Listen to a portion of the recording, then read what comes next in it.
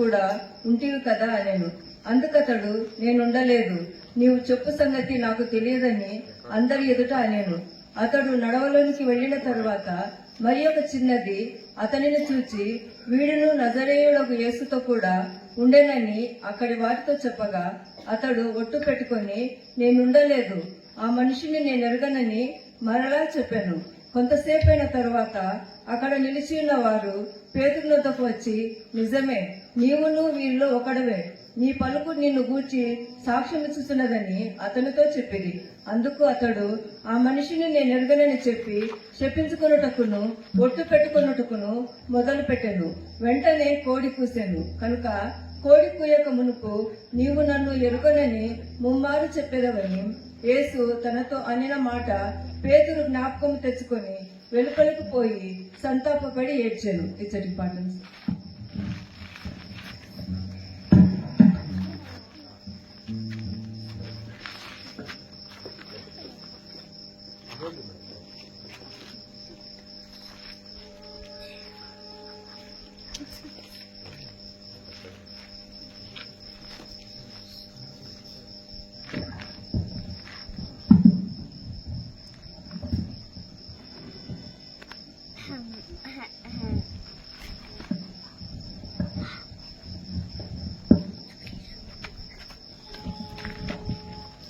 దేవుని పరిశుద్ధ నామానికి స్తోత్రం కలుగును గాక. ఒక పాటను పాడి దాని తర్వాత మనము 3వ 4వ వాక్యాన్ని మనం చదువుకుందాం. ఆరని ప్రేమ ఇది, జాలని జ్వాల ఇది. రీసెంట్ టైమ్స్లో మనము యూట్యూబ్ ఛానల్ ఓపెన్ చేస్తే క్రిస్టియన్ కమ్యూనిటీలో వినబడే ఒకే ఒక పేరు, అదేదైనా ఉందంటే ఎవరిది? ప్రవీణ్ పగడాలు. అది ఏదైనా కానీ ఎలా అయిందో మనకు తెలియదు, కానీ ఒకటి మాత్రం సత్యం, అదేంటంటే యేసయ్య ప్రేమని ఎవరు ఆపలేరు, ఆర్పలేరు. అన్నగారి మెసేజ్ ఎంతమంది ఎప్పుడు విన్నారో నాకు తెలియదు, కానీ ఆయన మరణ వార్త తర్వాత ఎక్కువ మంది ఆయన ఎవరో తెలుసుకోవడానికి ఆయన చెప్పిన మాటలన్నీ వింటున్నారు. అలా సువార్త చాటింపబడుతుంది. ఆమె హల్లెలూయా. ఆపాలన్న చోటే ఎక్కువ అవుతుంది. ఆమె ఎస్. ఆరని ప్రేమ ఇది, ఆర్పజాలని జ్వాల ఇది. నిన్ననే కన్నడలో ఇది రిలీజ్ చేయబడింది. తెలుగులో పాత పాట, కానీ కన్నడలో నిన్న రిలీజ్ చేయడానికి దేవుని కృప దయచేశాడు కాబట్టి దేవుని స్తోత్రాలు చెప్తున్నాను. తెలుగులో అందరూ పాడుకొని దేవుని నామాన్ని మైండపరుస్తాను.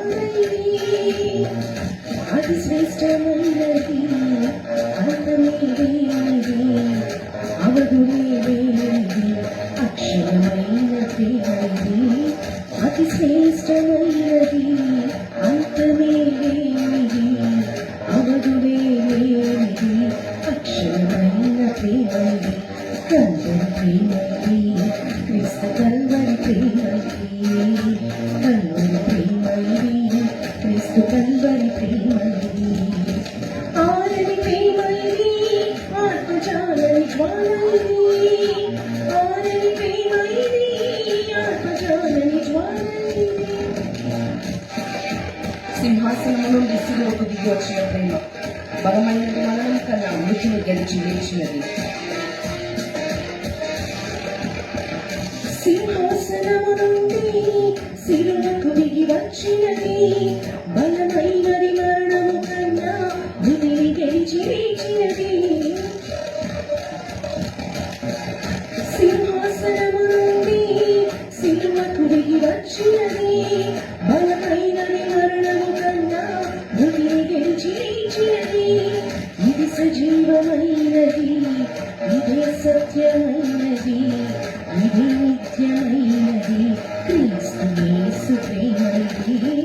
ఇది సజీవమైనది, ఇది సత్యమైనది, ఇది నిత్యమైనది. క్రీస్తు యేసు ప్రేమైది, కల్వరి ప్రేమైది, క్రీస్తు కల్వరి ప్రేమైది, కల్వరి ప్రేమైది, క్రీస్తు కల్వరి ప్రేమైది. ఆరని ప్రేమైది, ఆత్మజాలని జ్వాలైది, ఆరని ప్రేమైది, ఆత్మజాలని జ్వాలైది. నా స్థానంలో నిలిచి నా శిక్షను భరించిన ప్రేమ, నా స్థానమందు నిలిచి నా శిక్షని భరించి క్రయధనమును చెల్లించి గొప్ప రక్షణనిచ్చినది. నా స్థానమందు నిలిచి నా శిక్షని భరించి క్రయధనమును చెల్లించి గొప్ప రక్షణనిచ్చినది. నాకు విలువనిచ్చినది, నన్ను వేగించినది. ఆ ఉన్నత రాజ్యమందు నాకు స్థానమిచ్చినది, నాకు విలువనిచ్చినది, నన్ను వేగించినది. ఆ ఉన్నత రాజ్యమందు నాకు స్థానమిచ్చినది. ఉన్నత ప్రేమైది, అత్యున్నత ప్రేమైది, ఉన్నత ప్రేమైది, అత్యున్నత ప్రేమైది. ఆరని ప్రేమైది, ఆత్మజాలని జ్వాలైది, ఆరని ప్రేమైది, ఆత్మజాలని జ్వాలైది. భూరాజులు అధికారులు ఎవరు ఆపలేరని ప్రేమ. క్రీస్తులో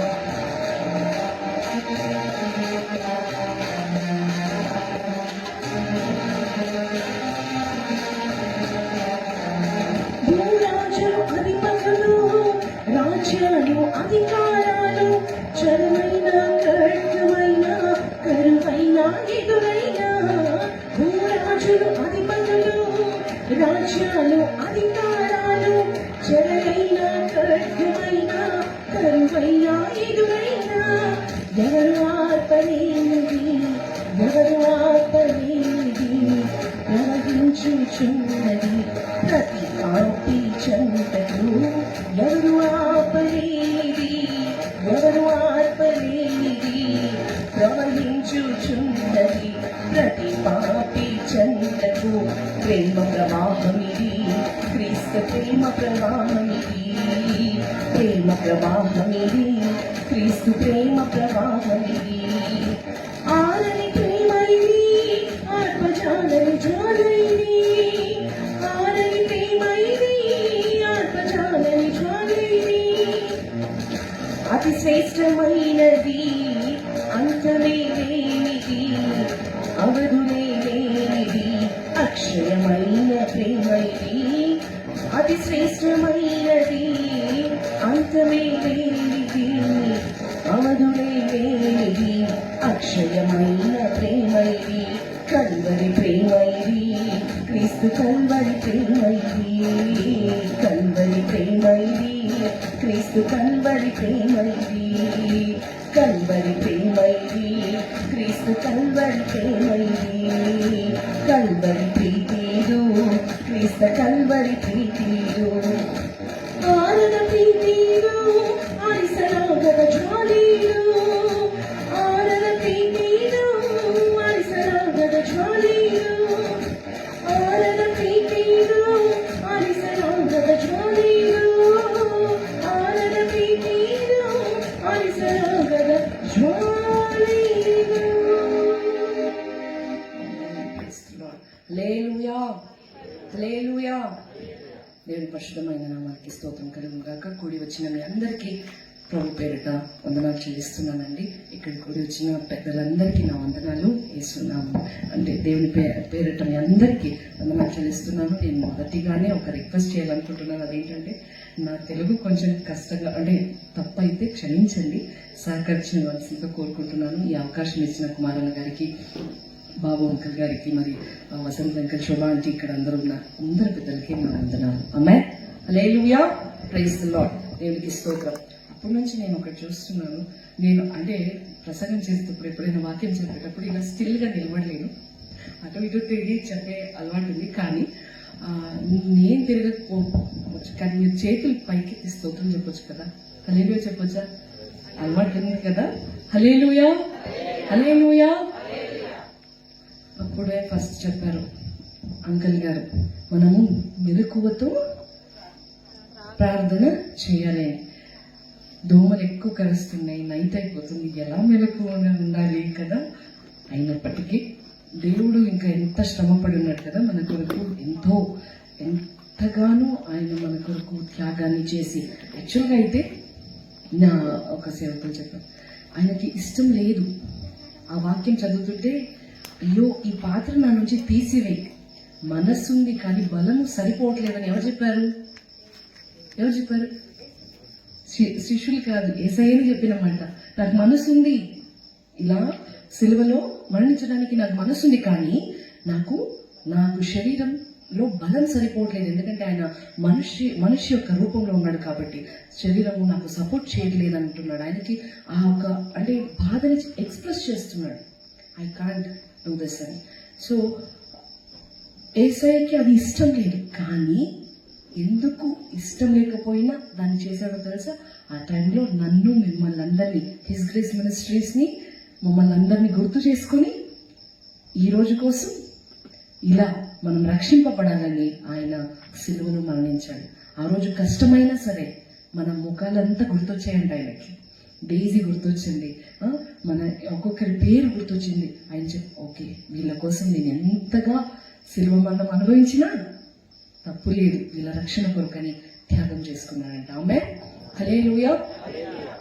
నాకు ఇవ్వబడిన మాట పేతురు, మనం అప్పుడే చదువుకున్నాం, అమ్మగారు చదివారు. 3 సార్లు పేతురు అబద్ధం చెప్పారు. అన్న కూడా చెప్పారు కదా, మనం దేవునితో చర్చిలో ఉన్నప్పుడు ఎలా ఉంటామో కాదు, బయట ఎలా ఉంటామో అది చాలా ఇంపార్టెంట్ అని అన్నగారు చెప్పారు. ఎస్, కానీ ఈరోజు కొంచెం అదర్ వేలు, అంటే ఒక్క స్టెప్ ముందు పోయి మనం ఆలోచిస్తాం. 3 times తను యేసయ్య నాకు తెలీదు అన్నప్పుడు యేసయ్య ఇక్కడ ఉన్నారు కదా, చూస్తున్నారు కదా. యేసయ్య చెప్పారు కదా, నువ్వు ఖచ్చితంగా 3 సార్లు అబద్ధాలు చెప్తావంటే నేను చెప్పను, నేను నిన్ను చాలా ప్రేమిస్తాను అన్నాడు. మనం పేతురు గురించి కొంచెం డీప్గా చదివితే, పేతురు ఫస్ట్ డిసైపుల్, ఫస్ట్ అపోస్తులుడు, అంటే ఫస్ట్ ఎంచబడిన శిష్యుడు. చాలా యేసయ్య మీద ఎంత ప్రేమ అంటే భయంకరమైన ప్రేమ. యేసయ్య ఇలా నన్ను చంపేస్తారు, నన్ను సిల్వకేస్తారంటే అయ్యో నిన్న వద్దు, ఎవరు వేసేదంటే సాతాను నిన్ను వంచకూడదని యేసయ్య గద్దిస్తారు కదా.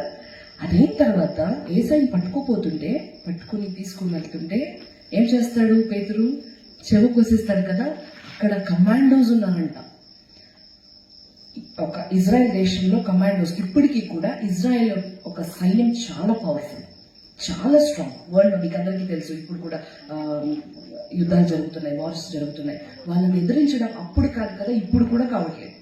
అంటే అంత పవర్ఫుల్ అయిన కమాండోస్, అంత సోల్జర్స్ మధ్య ధైర్యం తెచ్చుకొని, అంటే యేసయ్య మీద ఎంత ప్రేమ ఉందంటే నేను కట్ చేసైనా ఏం చేసైనా ఆయనని విడిపించుకోవాలనే ధైర్యం చూపించాడు. కానీ ఇక్కడ వచ్చేసరికి నాకు ఆయన ఎవరో తెలీదు, నాకెవరో తెలియదని 3 times చెప్తాడు. అప్పుడు ఏమవుతుందంట? మూడోసారి అలా చెప్పినప్పుడు ఏం కూస్తుంది? ఈ మధ్యకాలంలో మనం చూడట్లేదు కదా, కోడి కాదు కదా, అన్ని చికెన్ షాప్లోనే ఉన్నాయి, మన మధ్య తిరగట్లేదు. ఎందుకంటే అది లేదు, పాతకాలంలో అవే మమ్మల్ని అంతా లేపేది కదా, ఇప్పుడు లేదు, అది అన్ని చికెన్ షాప్లో ఉన్నాయి కదా. అది కోసిందంట. ఇది టాపిక్ అన్నమాట. తర్వాత తను పోయి పశ్చాత్తాపంతో కన్నీళ్లు కార్చి అయ్యో క్షమించిన ఆయన అని ప్రార్థిస్తాడు. ఇంతకుముందు అయ్యగారు చెప్పారు, యూదు కదా పట్టబడి, తను కూడా పశ్చాత్తాపడ్డాడు. అంటే తను కూడా అయ్యో అనుకున్నాడు. కానీ రియల్ రిపెంటెన్స్ అనేది, రియల్ పశ్చాత్తాపం అనేది చావుకి దారితీయదు. ఈరోజు 2-3 అంశాలు నేను చెప్పి ముగిస్తాను. మొదటిగా మనం కూడా ఇక్కడ కూర్చున్న వాళ్ళకి ఇప్పుడు నేను చేతులు పైకెత్తండి అంటే అందరూ పైకెత్తారు. ఇప్పుడు ఇక్కడ లేని వాళ్ళు కూడా యేసయ్యని ప్రేమించారా? ప్రేమిస్తారు కాబట్టి చచ్చిపోతాం, ప్రేమిస్తాం కాబట్టి గుడ్ ఫ్రైడే చేస్తాం, ప్రేమించినాం కాబట్టి ఈస్టర్ సండే చేస్తాం, సండే సండే చర్చ్కి వెళ్తాం, బ్రెడ్ బ్రేకింగ్ తీసుకుంటాం, బ్యాప్టిజం తీసుకున్నాం. ఆయన ఎంతగా ప్రేమిస్తామంటే ఇప్పుడు అందరూ ఒక లిస్టే చెప్తారు కదా. ఒకసారి చేతులు పైకి ఇద్దామా, ఎవరెవరు యేసయ్యని ప్రేమిస్తారు? అందరూ, ఎవరు చేయి కింద ఉండదు. ఎస్, అందరూ ప్రేమిస్తాం. మనం అందరము యేసయ్యకి చాలా దగ్గర ఉండాలనుకుంటాం, ఏదైనా చేస్తాం. ఇప్పుడు చూడండి, ప్రవీణ్ బగల న్యూస్ వస్తుంటే మేము అది చేస్తాం, ఇది చేస్తాం, ఏమైనా చేసేదానికి ఉంటుంటాం కదా. కానీ యేసయ్య ఎవరో మాకు తెలీదు, యేసయ్య ఎవరో మాకు తెలీదు అని ఎన్నిసార్లు చెప్తామో తెలుసా? రోజుకు ఒకసారైనా మేము చెప్పి ఉంటాం. ఎలా డీసీ అని అడుగుతారా? చూడండి, యేసయ్య అని తెలుసు. అక్కడ మనం వాక్యంలో చదివినప్పుడు నువ్వు కూడా యేసయ్య శిష్యుడే కదా అంటే లేదు అంటాడు. నేను చర్చిలో మెసేజ్ చెప్పేటప్పుడు మన బీదర్లో మీటింగ్లో చెప్పాను, గుడ్ ఫ్రైడే రోజు యేసయ్య ఎక్కడ ఉంటారు? గుడ్ ఫ్రైడే రోజు యేసయ్య ఎక్కడ ఉంటారు? సిలువ మీద ఉంటారు. ఈస్టర్ రోజు ఎక్కడ ఉంటారు? బయటికి వచ్చి పునరుద్ధానుడై ఉంటాడు కదా. హల్లెలూయా. ఎస్. కానీ యేసయ్య గుడ్ ఫ్రైడే రోజు పైన ఉంటారా? సిలువ పైన. ఈస్టర్ రోజు పునరుద్ధానుడు అవుతాడు. ఈస్టర్ మధ్యాహ్నం 1 గంటకి చూడండి, మళ్ళీ యేసయ్య సిలువ పైనే ఉంటాడు. ఎట్లా అంటారా? 40 days యేసయ్యని చాలా బాగా అన్ని వదిలేస్తాం. నాన్ వెజ్, డ్రింకింగ్, అన్ని చెడు హ్యాబిట్స్ అంతా వదిలేస్తాం.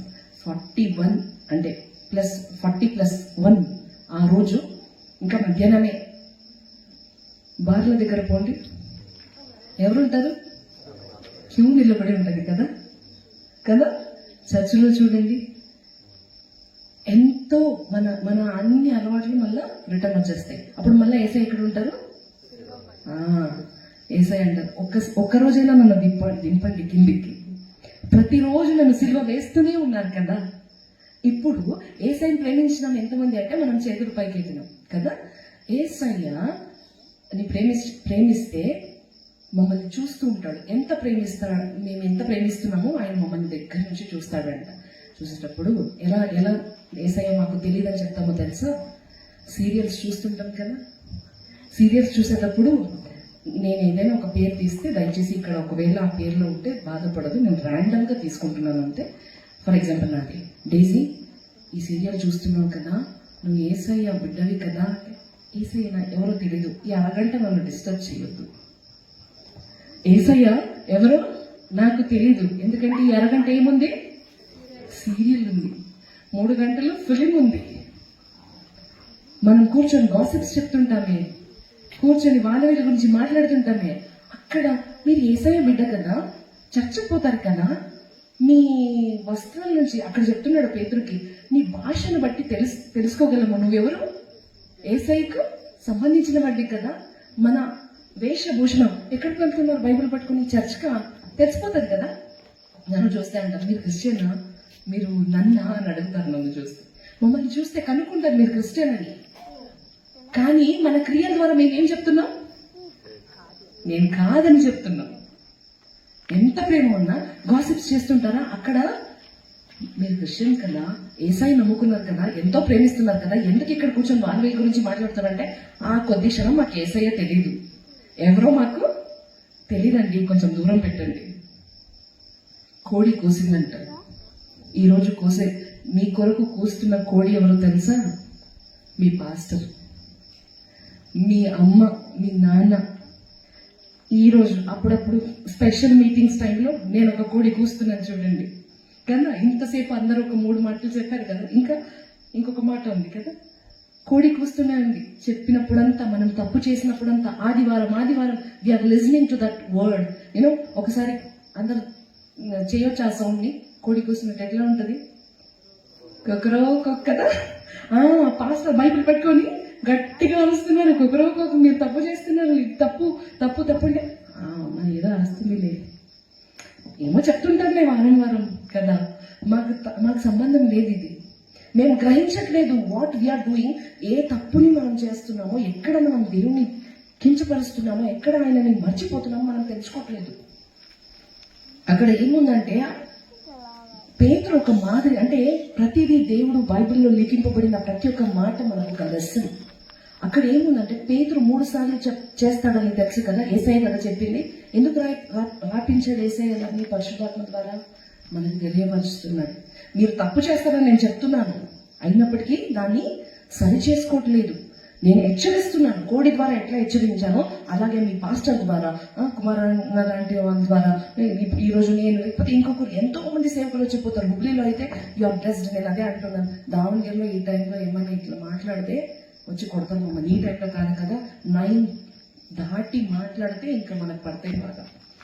ఎంత బ్లెస్సింగ్! ఇక్కడికి ఎంతమంది పాస్టర్స్ వస్తారు, ఎంతో మంది సేవ చేస్తున్నారు.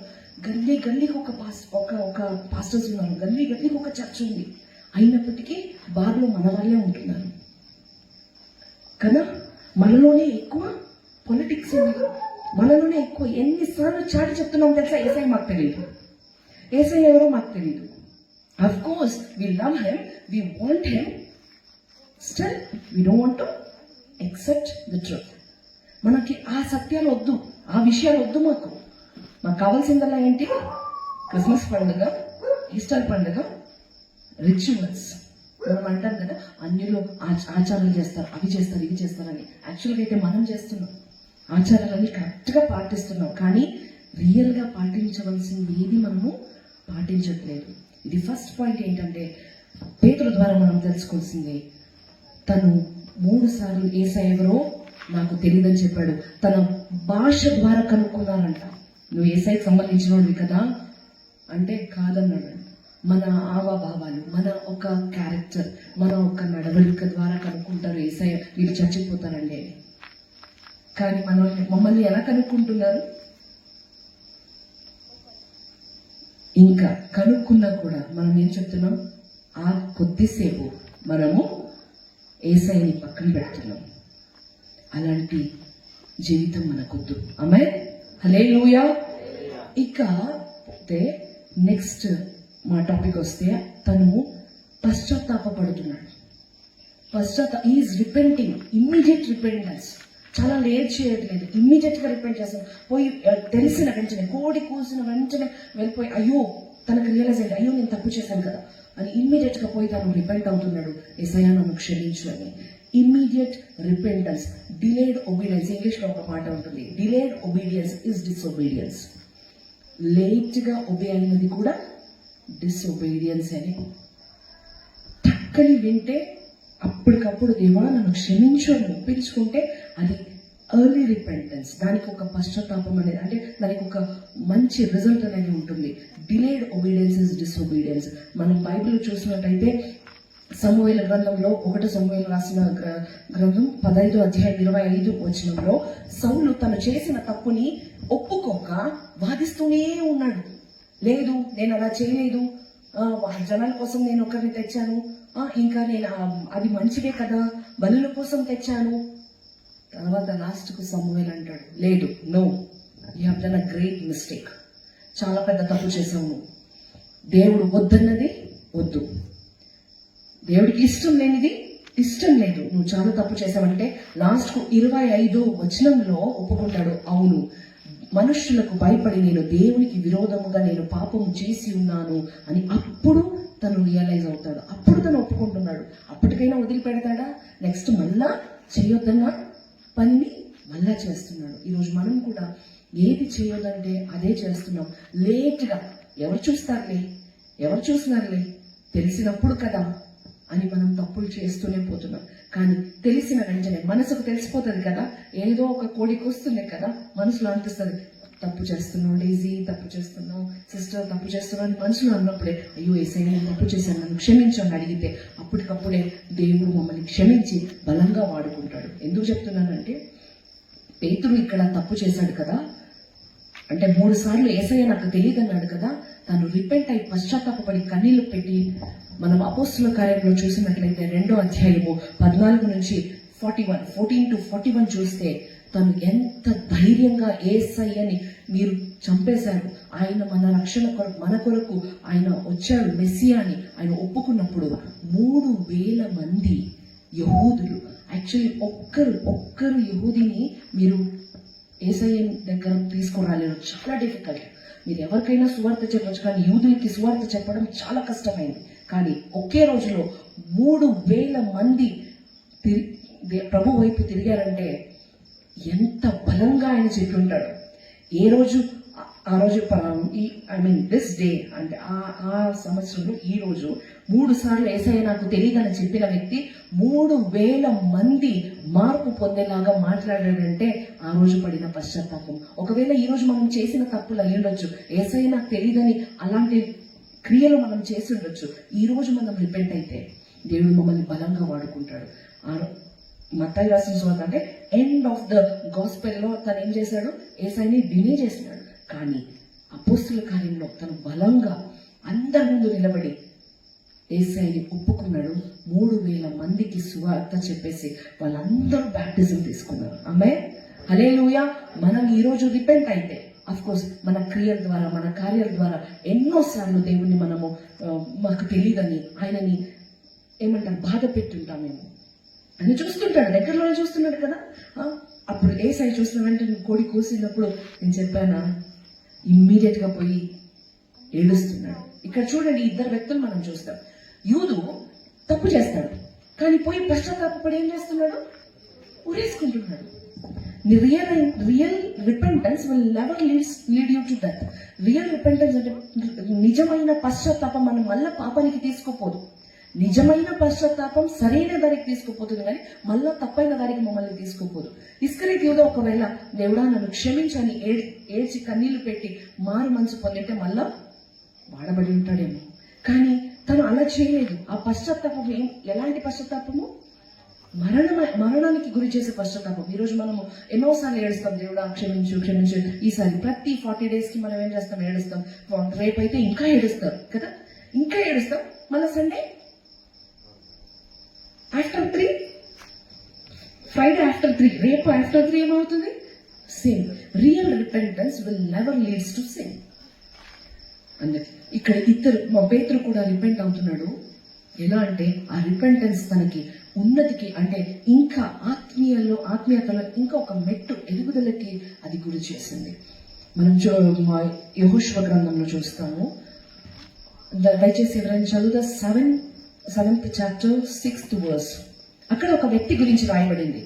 ఎంతైనా ఒప్పుకోవట్లేదు. స్టబార్నెస్. రిపెంటెన్స్ లో ఎలా ఉండాలంటే ఇమ్మీడియట్ రిపెంటెన్స్. మనం బైబిల్లో చూసినట్లయితే లేదు, ఆ తర్వాత తెలిస్తే, ఒకవేళ తెలిసినప్పుడు అడుగుదాంలే, అందరికీ తెలిసినప్పుడు నేను చేసిన తప్పు బయటపడినప్పుడు ఒప్పుకుందాంలే అనుకుంటాం. కానీ తప్పు. ఇమ్మీడియట్ రిపెంటెన్స్ ఎలా ఉంటుందో మనం ఇక్కడ పేతురు నుంచి మనం నేర్చుకుంటున్నాం. దయచేసి చదవండి యెహోషువ రాసిన గ్రంథము 7వ అధ్యాయము 6వ వచనంలో అక్కడ ఒక వ్యక్తి గురించి రాయబడింది. యెహోషువ తన బట్టలు చింపుకొని తానును ఇశ్రాయేలీయుల పెద్దలను సాయంకాలం వరకు యెహోవా మందసం ఎదుట నేల మీద ముఖములు మోసుకొని తన తల మీద ధూళి పోసుకొనొచ్చు. అయ్యో ప్రభువా, యెహోవా మమ్మను నశింపజేయనట్లు అమోరీల చేతికి మమ్మల్ని అప్పగించుటకు ఈ జనులను ఈ యోర్దానులను నీవెందుకు దాటించితివి. ఇక్కడ మనం చదువుతూ వెళ్తే ఇక్కడ ఇజ్రాయేలీలు ఓడిపోతున్నారు, గెలవలేకపోతున్నారు. యెహోషువ ఏంటిది, ఎరికో గెలిచామే, పెద్దగా గెలిచాము, ఇదేంటిది ఇలా ఓడిపోతున్నాము, అసలు మాకు రీజన్ తెలియట్లేదని బట్టలు చింపుకొని ఏడుస్తున్నాడు గట్టిగా సేవకుడు. అక్కడ దేవుడు అంటాడు, నువ్వెందుకు ఏడుస్తున్నావు, నువ్వెందుకు బట్టలు చింపుకుంటున్నావు, అసలు తప్పు నువ్వు చేయలేదు, ఎవరో ఒకరు తప్పు చేశారు, నువ్వు పొద్దున్నేసి శుద్ధీకరించు, వాళ్ళకై వాళ్ళు ముందొచ్చి ఒప్పుకుంటే సరే, నువ్వు పిలువు, అందరినీ పిలువు, వాళ్ళు ఒప్పుకుని వాళ్ళని వెలివేయి, అప్పుడు నీకు రక్షణ అనేది అంటే నీకు జయం వస్తుంది అని. ఇక్కడ ఇజ్రాయేల్ అందరినీ పిలిచి చెప్తున్నారు, ఎవరైనా తప్పు చేశారా, ఎవరైనా దేవుడు అంటున్నాడు నాకు ఇష్టం లేనిది శాపానికి గురి చేసే ఒక వస్తువు మీ ఎద్దన ఉంది, మీరు దాపెట్టుకున్నారు, దాన్ని తీసివేస్తే దాన్ని తీసేంత వరకు నేను మీతో రాను. నేను కన్నడలో చదివాను కాబట్టి I couldn't translate that in Telugu. So ನಾನು ಶಾಪಕ್ಕೆ ಗುರಿಯಾಗುವಂತಹ ವಸ್ತು ನಿಮ್ಮಲ್ಲಿ ಇರುವುದರಿಂದ ಅದನ್ನು ತೆಗೆದುಹಾಕುವವರೆಗೂ ನಾನು ನಿಮ್ಮೊಂದಿಗೆ ಬರುವುದಿಲ್ಲ ಎಂಬುದಾಗಿ ಬೈಬಲ್ ಅಲ್ಲಿ ಬರೆಯಲ್ಪಟ್ಟಿದೆ. I never come with you until you take away the thing which is cursed. దేవుని వస్తువు నీ మధ్యలో ఉంది, నీలో దాపెట్టుకున్నావు, దేవునికి ఇష్టం లేదు, అది శాపకరమైన వస్తువు, దాన్ని తీసివేయండి అని చెప్తే టక్కని మనం ఏం చేస్తాం, అయ్యో దేవునికి భయపడి తీసివేస్తాం కదా. అక్కడ ఒక వ్యక్తి ఉన్నాడు, అసలు తీసివేయట్లా. అయ్యో ఏమో చెడున్నారులే, దాపెట్టాను కదా, ఎవరికి తెలియదు అనుకుంటున్నాడు. తీరా చూస్తే ఎన్నిసార్లు తెలుసా, మనం అక్కడ చదివితే 7:16 నుంచి 21, అంటే అక్కడ మొత్తం యూద కులం, ఆ కులం వాళ్ళందరినీ వస్తారు ముందుకి, దేవుడు తెలియపరుస్తాడు. తర్వాత ఆ కులంలో మళ్ళా ఎవరో వాళ్ళని కనుక్కుంటారు, ఆ కులం మళ్ళీ ఆ ఫ్యామిలీలో ఎవరో కనుక్కుంటారు. అప్పుడు వచ్చి ముందు చెప్తున్నాడు, అవును నేనే తప్పు చేసింది. అంతవరకు ఒప్పుకోవట్లేదు, ముందుగానే ఒప్పుకోవాలి కదా.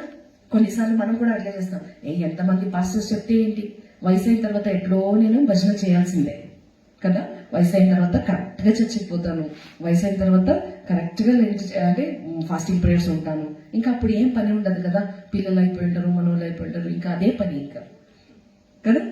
ఇప్పుడు ఎందుకు యవ్వన ప్రాయంలో లేట్గా, ఇప్పుడు తప్పులు చేసేకే పర్వాలేదు కదా. మన దేవుడు చాలా ఏమంట, ప్రేమాస్వరూపి, దయామయుడు, కనికరాస్వరూపుడు, దీర్ఘశాంతను, కన్నడದಲ್ಲಿ దీర్ఘశాంతను, పూర్ణ ప్ರೀತಿ ಉಳ್ಳವನು, ಆತನು ಯಾವಾಗಲೂ ತಪ್ಪು ಹುಡುಕುವವನಲ್ಲ, నిత్యము కోపిస్తువనಲ್ಲ.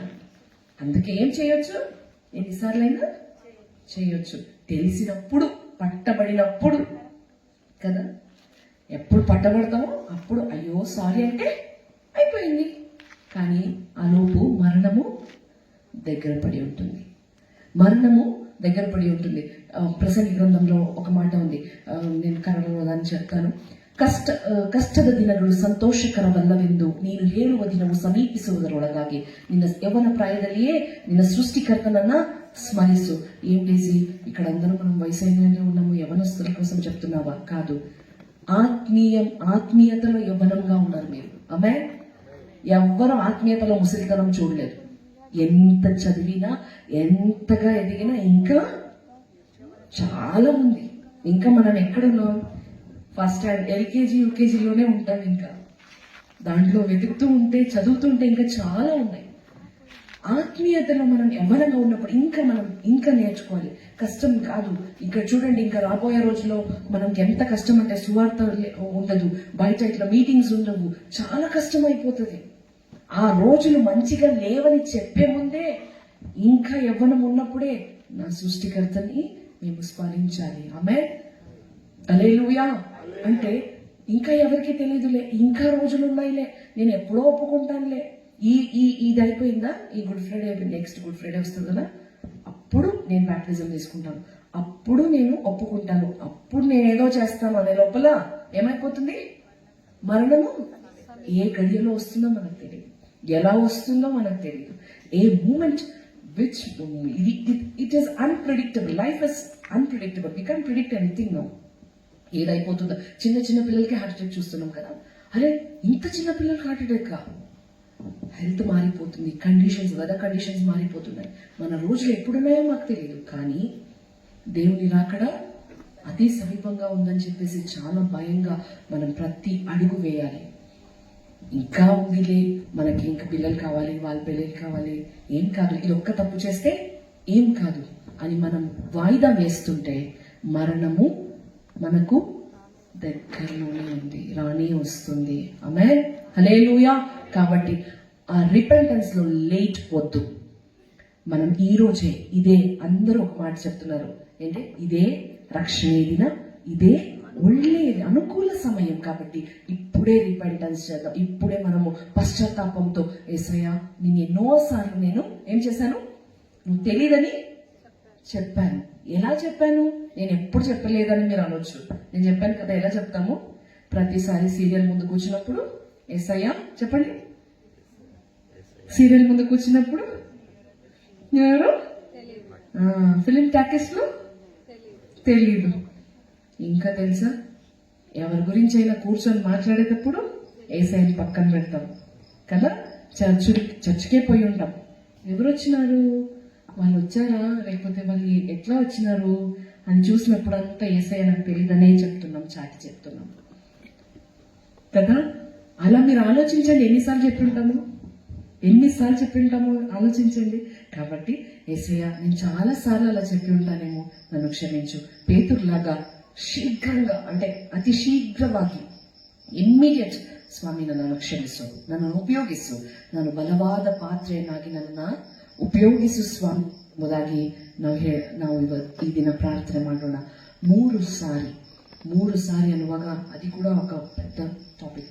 3 times అంటే మనము ఎలా రిపెంటెన్స్, ఎలా దేవుణ్ణి ఆత్మతో, మనస్సుతో, మన దేహముతో 3 times దేవుడు తెలియదన్నాం కదా. నేను యాక్చువల్లీ ఆ టాపిక్ చెప్దాం అనుకున్నాను, కానీ టైం చాలా తక్కువ ఉంది కాబట్టి 3 times అంటే మన ఆత్మతో ఎన్నోసార్లు ప్రేయర్ చేయాలనుకుంటాం, చేయలేము కదా. చేయకుండా ఏదో విషయానికి యూత్ గురించి చెప్పేటప్పుడు అయ్య గారు చెప్పారు, డబ్బుల కోసం ఆశతో ఏసాయని నమ్మేశారు కదా. ఈరోజు డబ్బులు వస్తుందంటే సండే మనకి ఎవరైనా డబ్బులు ఇస్తారంటే చర్చ మర్చిపోతాం మేము. అప్పుడు ఏం చాటి చెప్తున్నాం మేము, ఏసాయి ఎవరో నాకు తెలియదు. ఎన్నోసార్లు డబ్బుల కోసం కానీ వేరే విషయాల కోసం మనం దేవుణ్ణి డినే చేస్తున్నాం. సో 3 ಸಾರ್ಲು అనగా ಆತ್ಮ ಪ್ರಾಣ ಶರೀರದಿಂದ ನಾವು ಮಾಡುವ ತಪ್ಪುಗಳಿಂದ ಏಸಯ್ಯ ಯಾರೋ ನನಗೆ ಗೊತ್ತಿಲ್ಲ, ఏసయ్య ఎవరో నాకు తెలియదు. ఈ శరీరం ద్వారా తప్పు చేస్తాం కదా. శరీరాశ అంటే ఏంటి? కంటి ద్వారా. నేను మొన్న మీద చెప్తుంటే ఎవరస్తులందరూ నవ్వుతా ఉన్నారు. ఇప్పుడు పిక్చర్ టాకీస్ ఉంది, దాని ముందు వెళ్తున్నాము, ఫిలిం పోస్టర్ ఉంది, చూసేది తప్పు కాదా? అయితే కళ్ళు పీక్కుందామా అందరూ? మరి అది ఉంది కదా, కళ్ళు పోతుంది కదా, చూసే తప్పు కదా. ఒక్కసారి ఇట్లా పోయేటప్పుడు ఇట్లా కళ్ళు ఉంది కదా, ఇప్పుడు ఎదురుగా వస్తుంది, నన్ను వస్తుంది. మంచి ఆడపిల్ల ఎవరైనా ముందు వస్తే చక్కగా చూస్తారు కదా. అక్క అయితే చూడొద్దా అంటావా? ఇప్పుడు చూడొద్దు అంటే కళ్ళు పీక్కోవాలా అంటారు, చూడండి అంటే అక్క చూడమని చెప్పింది అంటారు. ఏం చేయాలి? ఇప్పుడు చూసేది, ఇప్పుడు అక్కని చూస్తున్నా, సరే స్తోత్రం, పోస్ట్ ఉంది చూసినా అంతే. మళ్ళా కొంచెం ముందుకు పోయిన తర్వాత అరే ఏదో ఉందే అని మళ్ళీ తిరిగి చూస్తాం చూడండి. అది నేత్రాశ. కన్ను సకల విధమైన పాపానికి ఫస్ట్ అక్కడ చూసి తర్వాత ఇక్కడ ఆలోచన వచ్చి తర్వాత మనం క్రియలో అది వస్తుంది అనమాట. సో స్టెప్ బై స్టెప్ ఇదంతా శరీర ద్వారా జరిగేది తప్పుడు. సో ఫస్ట్ శరీరంతో మనము దేవుడు ఎవరో తెలియదని చెప్తాం. ఆత్మ ద్వారా మనం చేసే ఆత్మీయ క్రియల ద్వారా ఆత్మీయ గర్వం వచ్చేస్తే చచ్చిపోతూ నాకంతా తెలుసు, నేను ఎందుకు చచ్చిపోవాలి, నేను ఎందుకు చేయాలి, ఆ వాళ్ళేంటి వీళ్ళేంటి మనకు అలాంటి గర్వం. అప్పుడు కూడా మనం చాటి చెప్తాం ఏసయ్య మాకెవరో తెలియదు. చర్చకు పోకుండా నాకంతా తెలిసిన వాళ్ళ వాక్యం చెప్తున్నానేమో, నేను ఎందుకు పోవాలి, అవసరం లేదు, నాకు ఇష్టం లేదు. దేవుని సన్నిధానంలో తగ్గించుకోవాలి, ఆత్మీకంగా కూడా దేవుని గణపరచాలి. ప్రాణ ఆత్మ శరీర ఆత్మ గురించి చెప్పాను కదా, ప్రాణం గురించి. డీజీ ప్రాణంలో ఏం తప్పు చేస్తామంటే ఈ ప్రాణం అంటదంట తినుము తాగుము. ఫాస్టింగ్ ప్రేయర్ ఉండాలంటే మనకి ఏం గుర్తొస్తుంది? నాకు అసిడిటీ ఉంది, నాకు ఏమంటే చాలా, కానీ ఇంట్లో బీపీ షుగర్ ఉంది, ఇంట్లో అలిగినప్పుడు మాత్రం అన్నం గుర్తురాదు. మనుషుల మీద అలిగి అన్నం మానేస్తాం కదా. కానీ అదే ఫాస్టింగ్ ప్రేయర్ ఉండాలంటే ఏం గుర్తొస్తుంది? మనకున్న బలహీనతలన్నీ ప్రాణం అంటారు, తినుము తాగుము సుఖించుము హాయిగా ఉండు అని. కానీ అప్పుడు కూడా చాటి చెప్తున్నాం ఏసయ్య నాకెవరో తెలియదు. So this is the spiritual అంటే in depth meaning of this word. కాబట్టి ఈ వాక్యాన్ని చెప్పడానికి దేవుడు ఇచ్చిన ఈ మంచి అవకాశం దేవునికి స్తోత్రం చెప్తూ, మరి అన్నగారికి హిస్ గ్రేస్, యాక్చువల్లీ నేను చెప్పాలంటే హిస్ గ్రేస్ అని నాకు తెలీదు, ఇక్కడ హిస్ గ్రేస్ మినిస్ట్రీ ఉందని.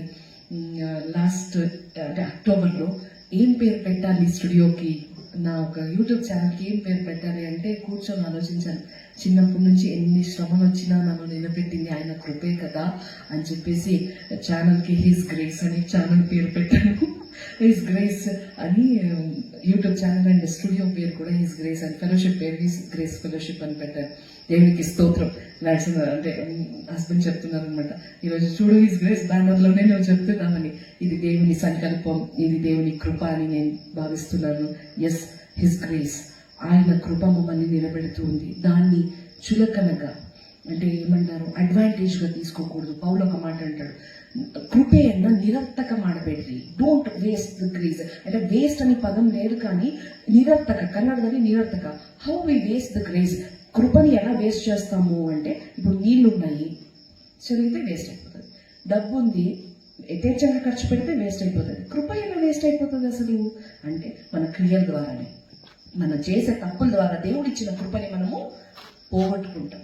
ఒకవేళ ఇంకొక మాట ఉంది, ఫస్ట్ జాన్ లో మొదటి యోహాను పత్రిక 1ನೇ ಅಧ್ಯಾಯ 8ನೇ ವಾಕ್ಯಂలో ఏముంది, మనము తప్పు చేయలేదని, ನಾವು ತಪ್ಪು ಮಾಡಿಲ್ಲವೆಂದು ಹೇಳಿದ್ರೆ ನಮಗೆ ನಾವೇ మోస ಮಾಡಿಕೊಂಡವರಾಗಿ. ఇక్కడ నేనేం తప్పు చేయలేదు, నేనేం దేవుని పశ్చాత్తాప పడాల్సిన అవసరం లేదని అంటే మనకు మనమే మోసం చేసుకున్న వాళ్ళం అవుతాం. కాబట్టి ఆయన రక్తము ಸಕಲ ಪಾಪని, ಆತನ ರಕ್ತವು ಸಕಲ ಪಾಪಗಳಿಂದ ನಮ್ಮನ್ನು ಬಿಡಿಸಿ ನಮ್ಮನ್ನು ಶುದ್ಧಿಪಡಿಸಿದೆ ಎಂಬುದಾಗಿ ಅಲ್ಲಿ ಬರೆಯಲ್ಪಟ್ಟಿದೆ. ಆತನ ರಕ್ತದ ಬಗ್ಗೆ ಅಣ್ಣ ಹೇಳಿದ್ರು ಮಾತಾಡುವಾಗ, ಆತನ ರಕ್ತ ನಮ್ಮನ್ನ ಎಲ್ಲ ಸಕಲ అనీతిಯಿಂದ బిడిసి నమ్మను శుద్ధీకరిస్తే ఉన్నది. సో ఈరోజు మనము ప్రార్థన చేసుకుందాం, పశ్చాత్తాప పడదాం. పేతురు వలె, అవును అయ్యా మనం తప్పు చేస్తాం, ఆయన తెలుసు మన బలహీనతలు, ఆయన తెలుసు. మనం పేతురు అబద్ధం చెప్తాడని తెలుసు కదా, అలాగే మన తప్పులు